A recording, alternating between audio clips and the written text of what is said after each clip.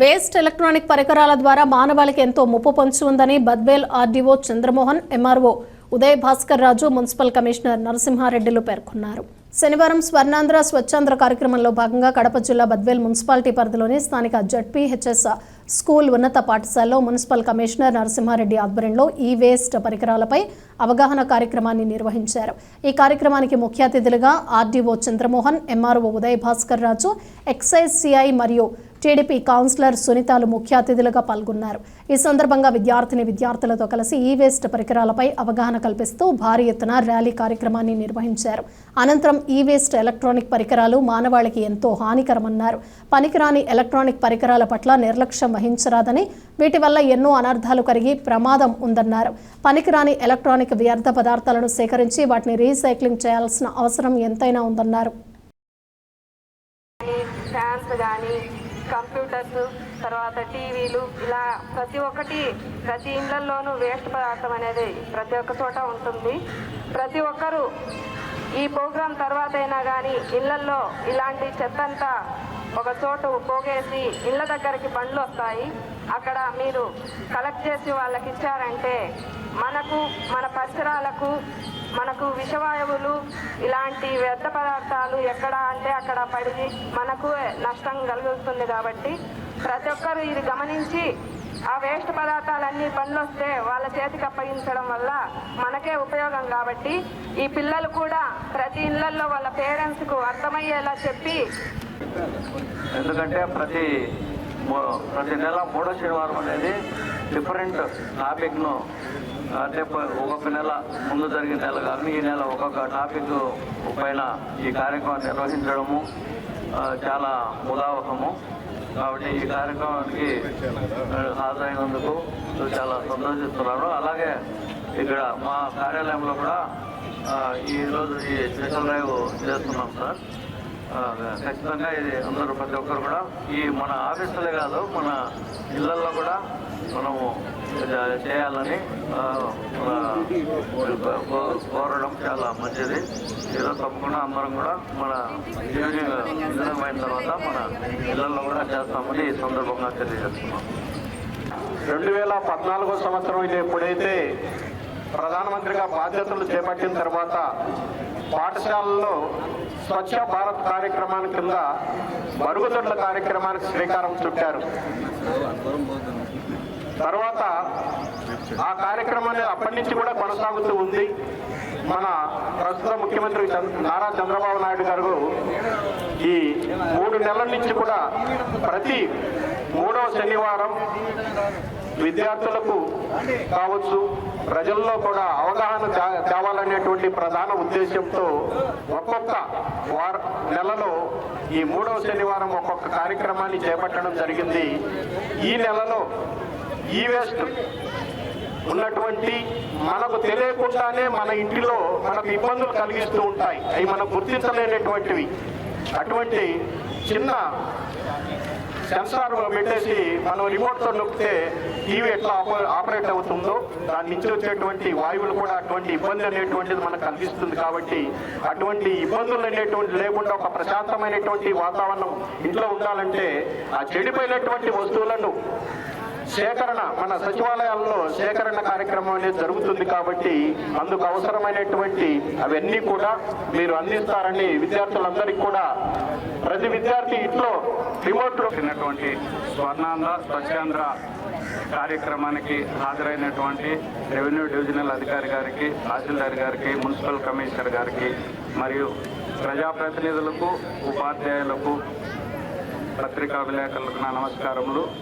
విద్యార్థులకు నా శుభాకాంక్షలు. ప్రభుత్వం ప్రతిష్టాత్మకంగా గత 2 నెలలుగా ప్రవేశపెట్టిన స్వర్ణాంధ్ర స్వచ్ఛాంధ్రలో భాగంగా మున్సిపల్ కమిషనర్ గారు చెప్పినట్టు మొట్టమొదటిసారిగా పరిసరాల పరిశుభ్రతలో భాగంగా తడి చెత్త, పొడి చెత్తను వేరు చేయడంతో ఈ కార్యక్రమంను ప్రారంభించడం జరిగింది. తర్వాత గత నెల పర్యావరణంలోని ప్లాస్టిక్ వాడకాన్ని తగ్గించడానికి మరియు ఉపయోగపడే ప్లాస్టిక్ను వాడడము, అదేవిధంగా స్వయంగా ఏదైనా కానీ మట్టిలో కుళ్ళేటువంటి పదార్థాలను వాడడంలో భాగంగా గత నెలలో మనం ప్రోగ్రాం జరుపుకున్నారు. ఈ నెలలో మనం ఈ వేస్ట్ మన ఇంట్లో ఉండే ఎలక్ట్రానిక్ గూడ్స్, టాయ్స్, తర్వాత మన ఇంట్లో ప్రతిరోజు దైనందిక వాడకంలో ఉపయోగించే ఎలక్ట్రానిక్ వస్తువులను, ఈ ఎలక్ట్రానిక్ వస్తువుల్లో ఉండే ముఖ్యమైన ఈ సమస్య ఏంటంటే అది పనికిరాదు, మనకు పారేయడానికి బుద్ధి పుట్టదు. ఎందుకంటే ఒక సెల్ ఫోన్ ఉంటుంది, అది ఎన్నో వేలు కొని ఉంటాం, అది మనం రిపేర్ పోతే అది పనికిరాదు అంటాం, కానీ అక్కడ పారేస్తాం. దాన్ని తయారు చేయాలంటే మళ్ళీ అదే ఖర్చు అంటాడు. అవన్నీ ఇంట్లో పెట్టుకుంటాం. అటువంటి వాటిని దయచేసి మన ఇంట్లో నుంచి ఈ కార్యక్రమాలకు పంపిస్తే మంచిది. Thank you.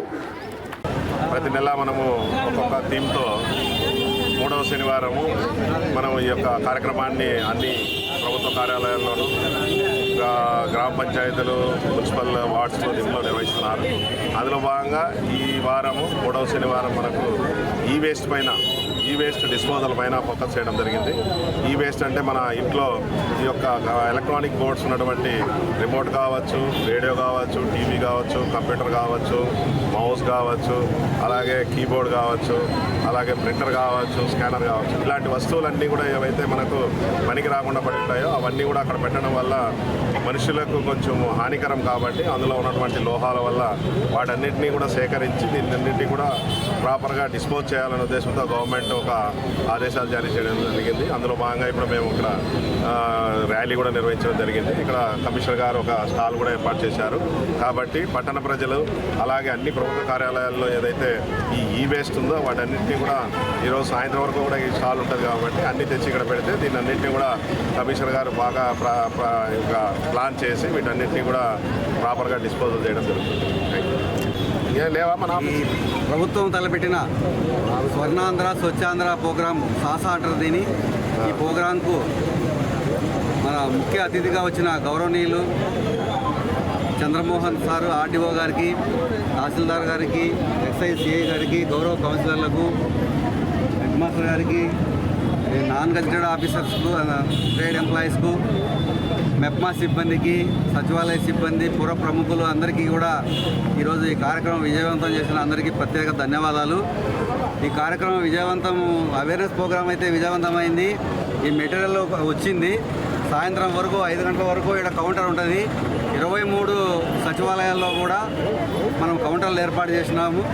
గౌరవ ముఖ్యమంత్రి సారు శ్రీ నారా చంద్రబాబు నాయుడు సారు, గౌరవ మంత్రి శ్రీ నారాయణ సార్ గారి ఆదేశాల మేరకు మరి ఇవన్నీ కూడా 23 సచివాలయాలు ఈ కౌంటర్లో ఇవన్నీ కూడా ఒక పాయింట్కి ఏర్పాటు చేసి మనము ఒక గవర్నమెంట్కు మనము ఎంత మెటీరియల్ వచ్చిందని తెలియజేస్తాం. దాని ప్రకారము ఒక వెహికల్ ఎన్ని 2 వెహికల్ కావాలన్నా ఆ వెహికల్ పంపించి దీన్ని సైంటిఫిక్గా డిస్పోజ్ చేస్తారు. తద్వారా పర్యావరణంకు చాలా హాని జరగకుండా చాలా మంచి జరుగుతుంది. మరి ఇట్లాంటి మంచి కార్యక్రమాలు అన్నీ కూడా ప్రతి నెల 3వ శనివారం ప్రభుత్వం ప్రవేశపెట్టినవన్నీ కూడా మన బద్వేల్ మున్సిపాలిటీలో వీళ్ళందరి సహకారంతో ముందు మనం ఎవరైతే విద్యా సంస్థలు, మేధావులు, వీళ్ళందరూ